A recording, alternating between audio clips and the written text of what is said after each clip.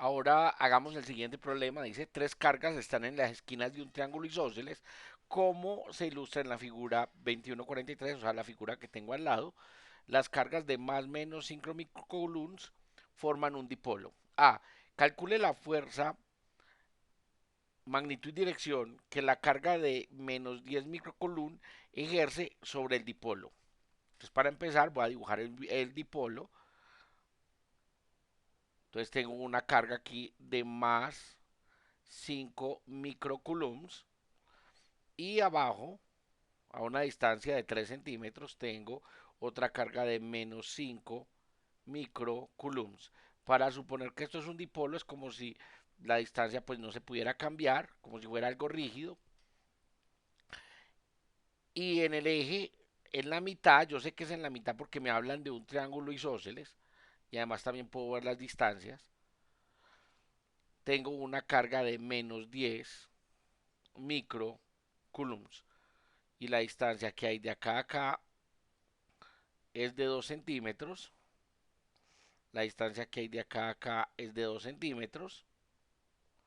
Aquí me hablan que hay un ángulo teta, o bueno, yo escribo que hay un ángulo teta, aquí va a ser el mismo ángulo por tratarse de un triángulo isósceles y la distancia total entre las dos cargas me dice que es de 3 centímetros, o sea que entre la mitad y la carga es de 1.5 centímetros. Entonces ahora me dicen que calcular la fuerza que experimentan el dipolo debido pues a la carga de menos 10 microcoulombs. Entonces voy a dibujar las fuerzas en el dipolo, o sea, entonces esta primera carga siente una fuerza de atracción debido a la carga de menos 10 microcoulombs, o sea que aquí hay una fuerza de atracción, llamémosla una F1. Y aquí, como esta es negativa y la de abajo es negativa, habrá una fuerza de repulsión que va a ser F2. Entonces yo puedo calcular cuánto vale F1. Entonces F1, recuerden que pues por la ley de Coulomb, yo tengo que es K por Q1, Q2 dividido la distancia al cuadrado. Y en la dirección, pues de la distancia entre estas dos cargas. Por ahora nos preocupamos por esa dirección, llamémosla como la dirección de F1. Entonces ese gorrito como diciendo que esa es la dirección vectorial. Entonces F1 es igual a K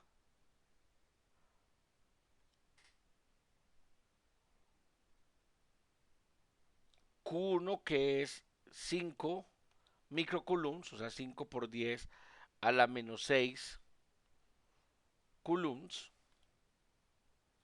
Q2 que va a ser 5 por 10 a la menos 6, 5 no, perdón, es 10 por 10 a la menos 6 coulombs. Todo esto dividido la distancia al cuadrado. En este caso la distancia al cuadrado es 0.02 metros, todo al cuadrado, esto en la dirección F1. Y haciendo el cálculo, entonces F1, despejando también, colocando el valor de la K, es 1.124 por 10 a la 3 newtons. Entonces ya tengo el valor de F1. Aquí me faltó decir que está en la dirección de F1. Entonces, o sea, esta es la dirección, esta que estoy dibujando nuevamente acá. Escribámoslo.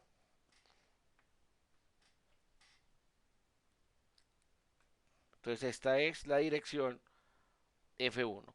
Si nos fijamos, ahora para F2, pues los valores van a ser los mismos. ¿Por qué? Porque entonces F2 va a ser igual la fuerza entre estas dos cargas. Si esta la llamé Q1 de 5, esta la llamé Q2 y esta tiene el mismo valor que Q1.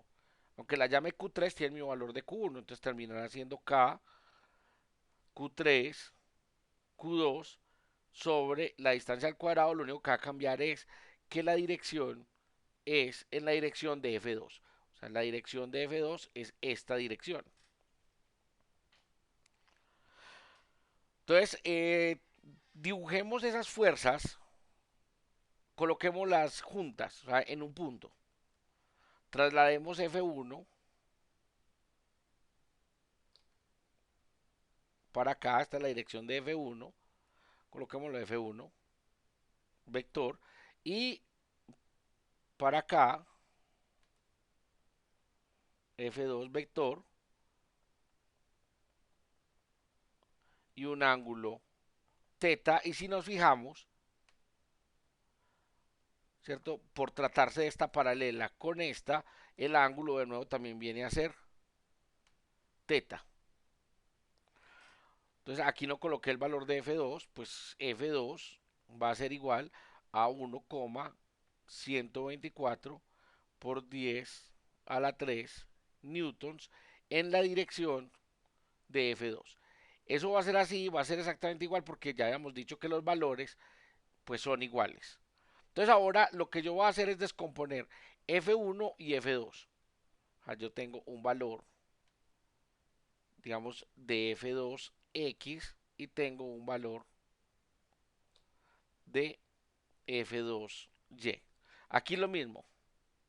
Entonces aquí también va a tener un valor de F1X y aquí va a tener un valor de F1Y. Y entonces es muy fácil de ver o pues que F2X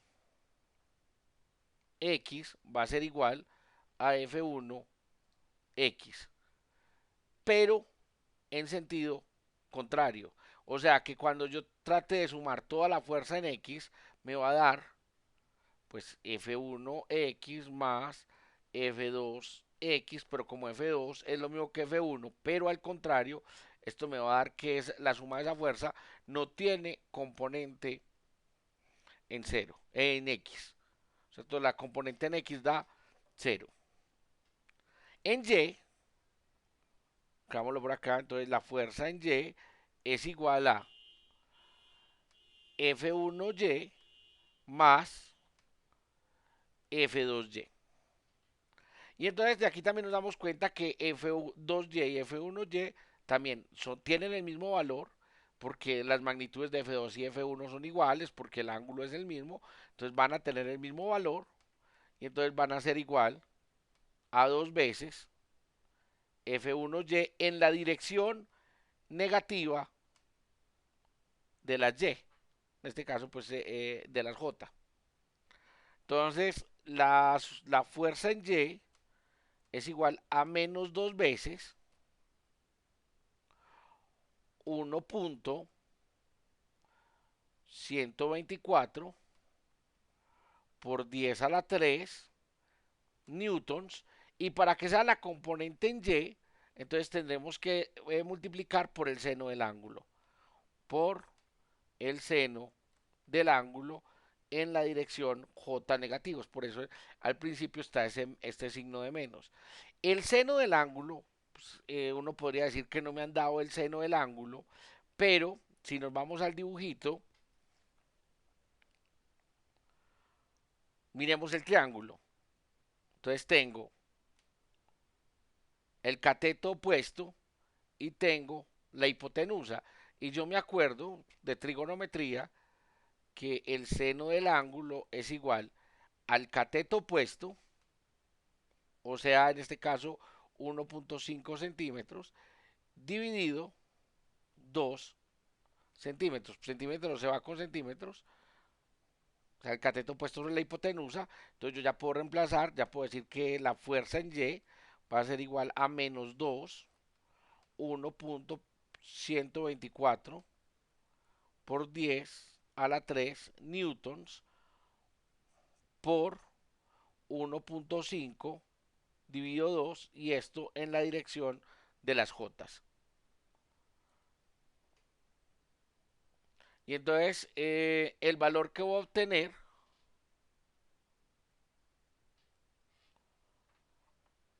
cuando haga la multiplicación,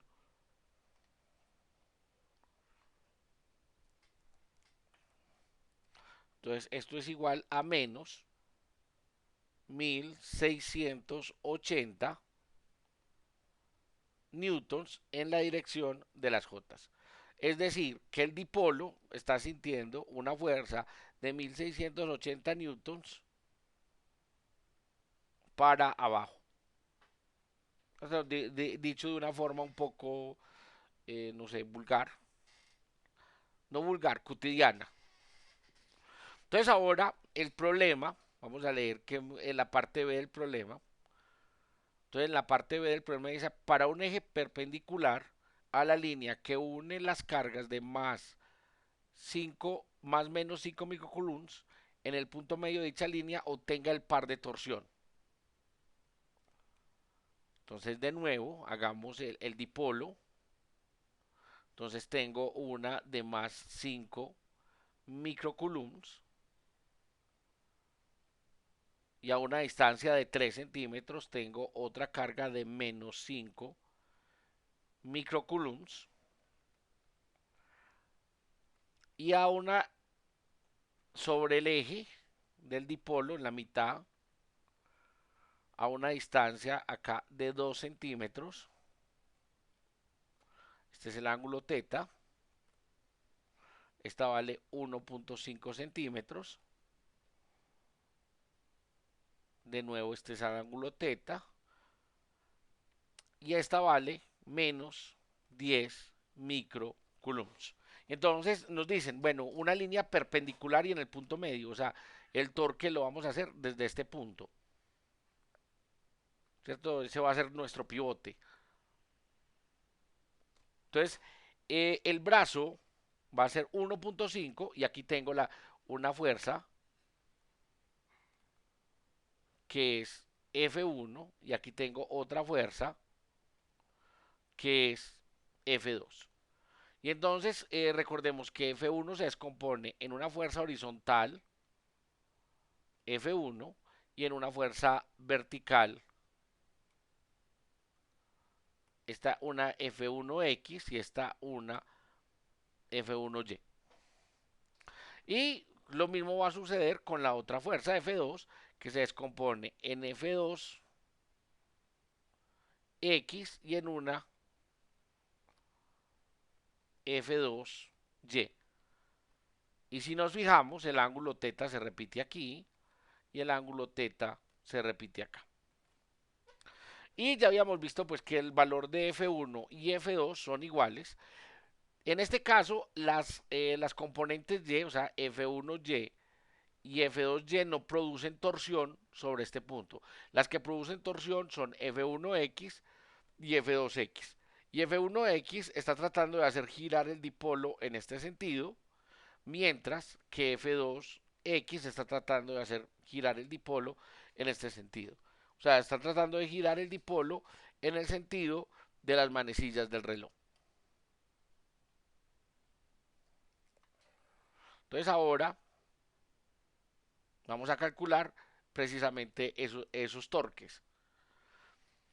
Y entonces aquí tengo, para calcular esos torques, necesito que recuerden que torque, pues vendrá siendo el brazo por la fuerza. Entonces, bueno, escribámoslo, el brazo por la fuerza, en este caso, porque son perpendiculares. En este caso va a calcular el torque generado por F1.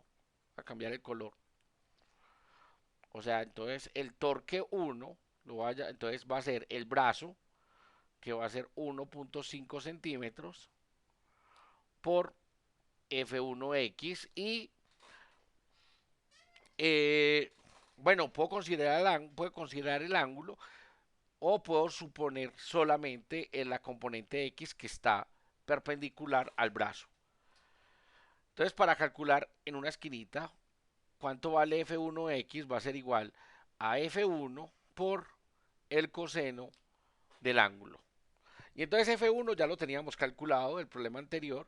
F1 nos había dado, entonces F1X es igual a 1.124 por 10 a la 3 newtons. Y el coseno del ángulo va a ser el cateto adyacente, este cateto, dividido la hipotenusa. Pues resulta que no tengo ese cateto, pero sé cómo sacarlo. Recordemos que por Pitágoras, ese cateto es la hipotenusa al cuadrado menos el cateto opuesto al cuadrado dividido, esto no es 1, esto es 1.5 al cuadrado. No hay problema que los dos todo esté en centímetros porque al fin y al cabo los centímetros se me van a cancelar. Y entonces esto es dividido la hipotenusa, o sea, dividido 2 al cuadrado. Y como les dije, no hay problema porque están en centímetros, pero no al cuadrado, la hipotenusa solamente. Porque los centímetros con los centímetros se me van a cancelar. Cuando yo haga todo este cálculo, me va a dar que la componente X de F1, que es la que produce el torque, va a ser 743.1 newtons. Y entonces ya puedo calcular cuánto es el torque.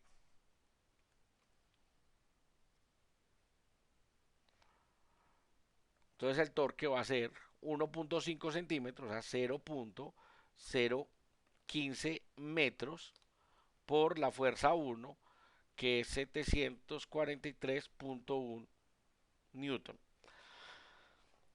Pero si nos ponemos a pensar, esto es el torque 1. El torque 2 va a ser muy parecido, o sea, va a ser el torque 2, va a ser igual al brazo, que es 1.5 centímetros, por la fuerza 2, pero la componente X, ¿cierto? Esta que tengo acá. Y las dos están generando un torque en el sentido de las manecillas del reloj. O sea que los dos torques se van a sumar. O sea que el torque neto es la suma de los dos torques. O sea que simplemente es multiplicar esto por 2. 0.015 metros por 743.1 newton. Y entonces el torque neto es igual a 22.3 newtons metro. Y una cosa interesante, es que una cosa importante es que el torque es newtons metro. Y newtons metro, pues cuando estamos hablando de energía es julios, pero en este caso es newtons, digamos, cruz metro, o sea que esto no es julios.